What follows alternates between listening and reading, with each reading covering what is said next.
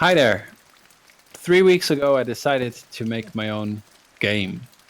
But the thing is, I don't have any experience making games, not even anything simple like Pac Man, Snake, or some kind of space shooter. I've never made anything like that before. So Unity is completely new to me. I've never opened up the software, never even installed it on my computer. Blender, I also have no experience with.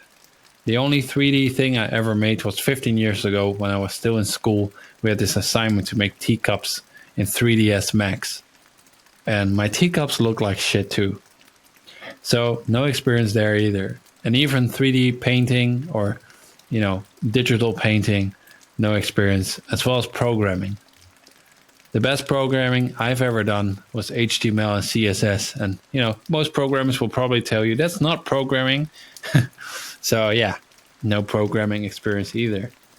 It's really all because of one guy on YouTube that is working on a similar project, and he offered to teach me how to do this. So for the past 3 weeks, I've been having a couple of hours per week classes with him in which he's teaching me some basics of Blender as well as Unity, which eventually allowed me to make what you see on the screen right now, a PS1 type game.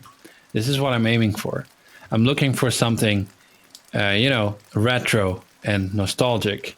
I grew up with those PS1 games like Resident Evil 2 and 3, Metal Gear Solid, and Silent Hill. I still love those games to bits.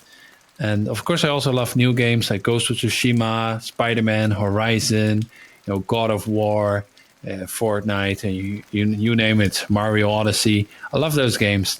But they look realistic. And that means if I have to make a realistic looking game, I'll spend days or weeks on just one single asset, and it will take me forever to ever finish a game, which is not doable if you're just one person working on it. PS1, however, is all low poly. It's not as realistic looking. You don't need to mind details as much. So I can make something much quicker. As you can see here, in just 3 weeks, I made 5 houses. I made a character with a raincoat. I made the floors. It's pretty quick progress, I would say. Today I added this PS1-Style filter on top of it, which make it look more wobbly and more low-res. And the rain, of course. But yeah, let me talk a little bit about my progress. First of all, I want to thank Danny Arcadia. So go check out his channel. He's the guy that teaches me.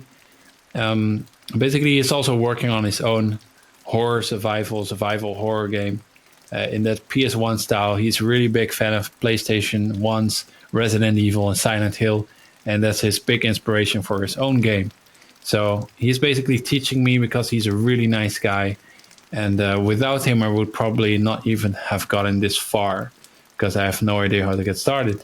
He helped me with the code. It's very simple still, but he helped me with that very clean code and making it better every day. And basically, my game will take place in the Netherlands, in a typical Dutch city. And in this case, I chose the city all the way in the north called Groningen, which the locals called Grunn. Hence the name of my game, Grunn. You can see this is the country. It's all the way here up north. And you can see that the city centers in the Netherlands are usually surrounded by canals, which of course my game is going to take place in and it's going to make good use of. You're going to be trapped in the city center and the bridges will be broken. You cannot just easily get out. So you have to find your way around. There's only going to be one bridge that you can still escape from, which is on the other side of town. So you'll need to make your way there. To show you what a Dutch city looks like, some characteristics are canals. There are usually boats everywhere. People live in it. And there tend to be really narrow yet very tall houses like these that used to be owned by those rich trade people that lived in the golden age. They went to the East and West Indies, brought back spices and all kind of other goods and sold them here. The boats would unload the cargo into the houses and they would store it here. That's why they got such tall ceilings. And basically this is what a Dutch city looks like. And in my opinion, there are too few games having this kind of aesthetic. So that's why I chose this kind of a city as the world for my game. I got an Instagram account. I really hope you go check it out. This account has existed for just 1 week, so I don't have a lot of followers yet. So I could really use your help, and of course, also subscribe and follow Danny Arcadia around because he's awesome and he does all these live streams.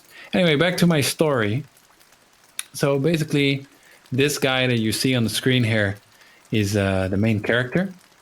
And he's from the Netherlands. He has a brother. They're living together with his parents outside of the city in the suburbs. And he has a girlfriend from Asia, from Taiwan or Hong Kong. I haven't decided yet. And basically, they have been on a long distance relationship for some time. They haven't seen each other for a year. And they're finally meeting up again.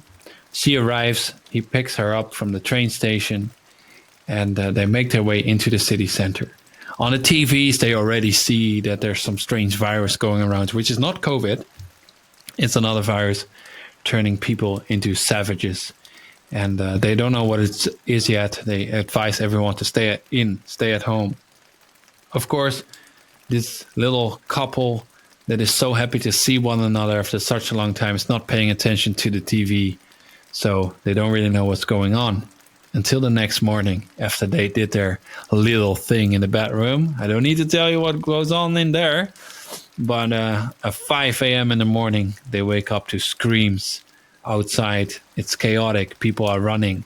There's blood. People are getting bit by zombies and turning straight in front of you while you're looking through the window. Cars are crashing on top of one another and driving into the canals. It's chaos. It's a disaster. And you're looking at it from outside of the window with your girlfriend next to you. You decide to turn on the TV and watch the news. They don't know what virus it is, but it's taking over the entire continent. People are slowly turning into zombies and biting one another. They advise you to stay at home. So they do. A couple days until they run out of food. TV stops broadcasting and your phones, your batteries are flat. So you lost touch with the outside world. Now it's your turn to step outside, find supplies, find food for your girlfriend who is still in the room to keep her safe. Go out and find food, scavenge, find weapons to fight against the zombies. So you'll have to bring the goods back to your girlfriend to keep her alive. If you fail to do so, she will starve, she will die, turn into a zombie. If you go back and you're not careful, the zombie might follow you in, bite her, she might die. But besides keeping her alive, you also have to keep yourself alive. So basically you have a couple things you can do. You can shoot zombies, just like in Resident Evil 2 and 3, with guns that you can find throughout the city. You can also use melee weapons, like a baseball bat, kitchen knives, and sticks to beat zombies and other monsters that you might encounter in the city of Grunn. Besides that, you can also choose to avoid zombies. At certain spots where the streets are open and wide, you can avoid them by crawling under cars. Just like in Metal Gear Solid, you can crawl, you can slide across walls, and you can even knock on walls to kind of distract zombies so that you can go the other way to avoid getting bit. I might even add in the cardboard box from Metal Gear Solid just for fun. I just decided it's going to happen. Yeah. So that's basically what the game will be about. You have to find your way out of the city, keep your girlfriend alive, keep your relationship alive. There will be a lot of dialogue, and it's going to be awesome. Just to show you my quick progress over the last few weeks. This is basically what I made 3 weeks ago. It was still pretty bad. After that, like 5 days later, this is what I created. I learned how to make armature so that I could move the arms and legs around. You might be wondering why I built it like this. Well, in the PS1 era, they used to create limbs separately like this. So every limb was a separate thing. Even the torso and the pelvis were two separate parts so that they could animate them separately. So this is what I created after 5 days. 1 week ago, I'll show you. 1 week ago, this was my result. So I learned how to UV unwrap. I learned how to do some texture painting. It's not great. And I also learned animating. So I actually got this walking cycle. I had a running cycle too, but sadly something went wrong and I lost the keyframes. But I still have the actual proof that I had it right here in my game. You can see I created 5 different houses as well that resemble those that you find in Grunn. And you can see him running around, but I lost the animation. But then I thought this is actually a little bit too bright and too happy.